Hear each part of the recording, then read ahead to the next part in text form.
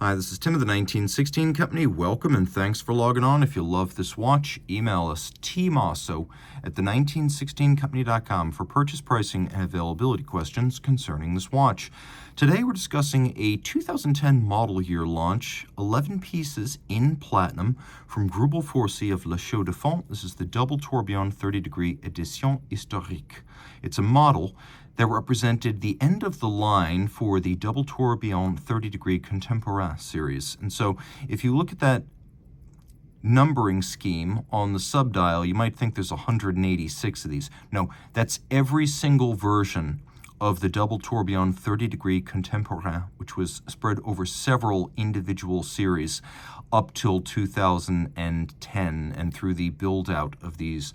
I should also mention that 176 to 186 is the range on the dial serial that corresponds to the 11 platinum examples made. So don't think there's 186 of these out there.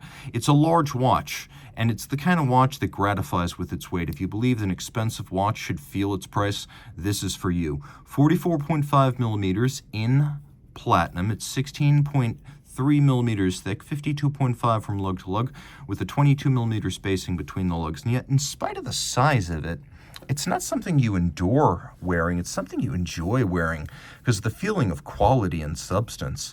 And you can see, though, my wrist is not large. It's 16 centimeters circumference.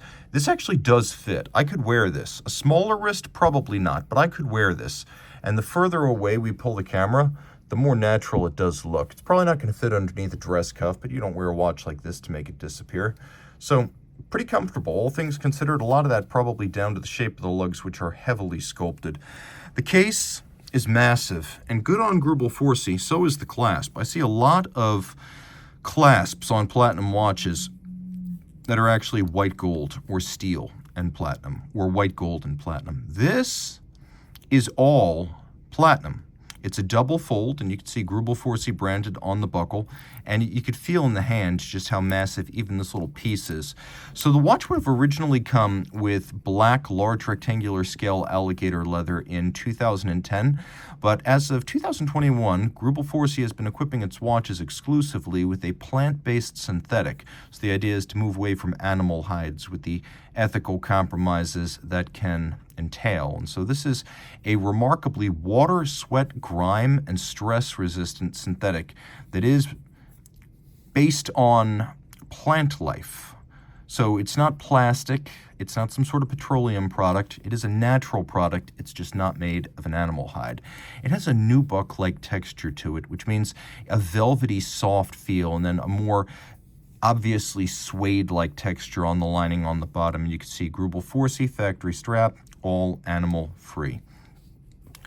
The watch is incredibly complex. Externally, you can see that there are these individual plates that are mounted by fixing screws, and then we have these dramatically cambered and sculpted lugs that are a lot more sophisticated and contoured than they look when you just glimpse the watch in an online photo that looks like this.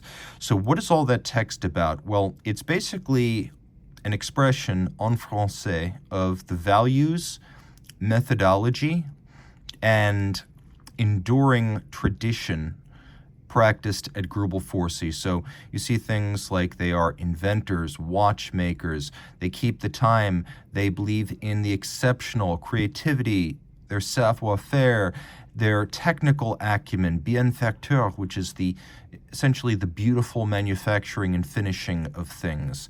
And then elsewhere, it talks about this being the end, both the peak of the first model, the Double Tourbillon 30-degree Contemporain, and then it is the end of the Double Tourbillon 30-degree Contemporain series, which are, again, broken up over several different distinct models. So 11 made like this, but 186 of all descriptions made. The same is on the dial, and by the way, some of these plates repeat. You could see inventaire horloger,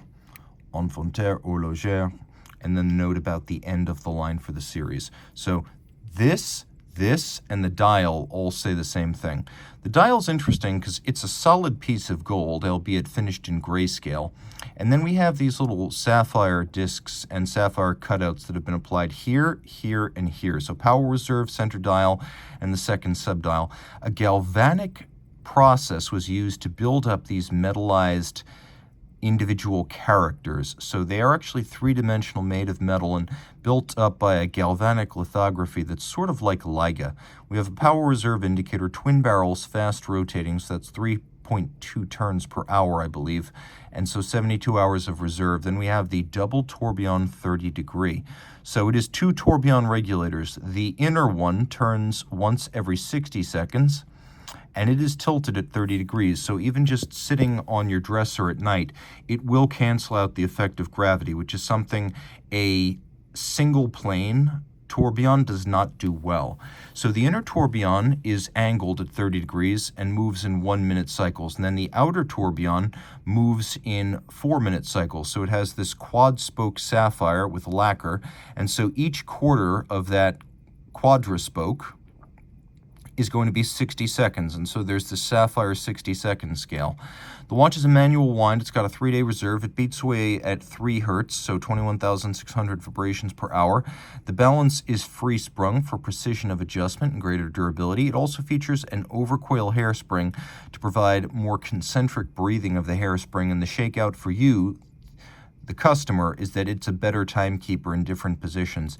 You could see from the mirror finished and rounded bridge for the tourbillon that this is take no prisoners finish. You can also see that the columns on which the bridge are mounted, they're actually polished hyperboloids, and then the entire tourbillon carriage has been intricately and finely decorated. Turn it all over, and it's still impressive. The bridges and the plates are made of maillot, which is also known as German silver.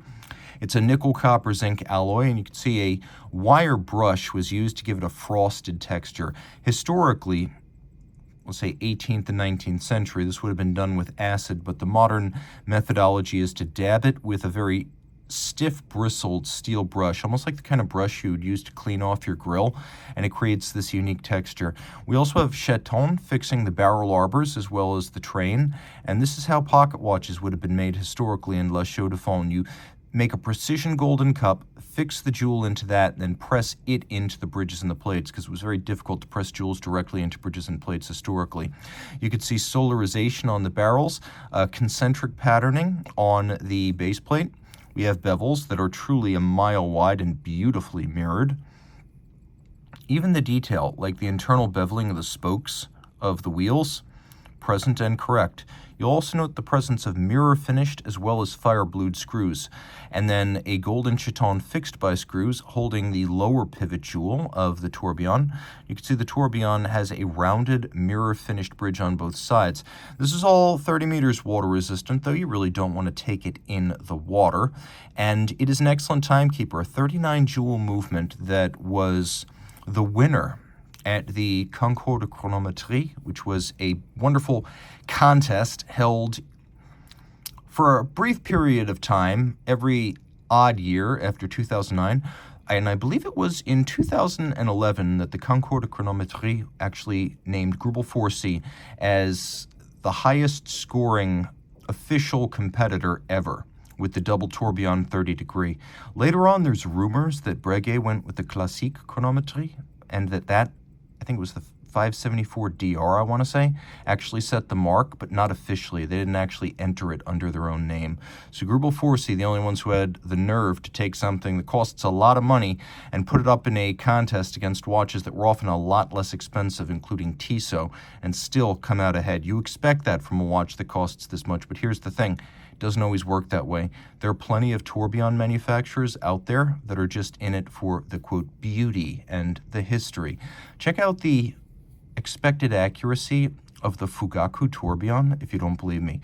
This is a tourbillon that looks well, performs well, and goes the distance. This is a classic from one of the most revolutionary independents of our era, and it is the quintessential Greubel, double tourbillon 30 degree Edition Historique.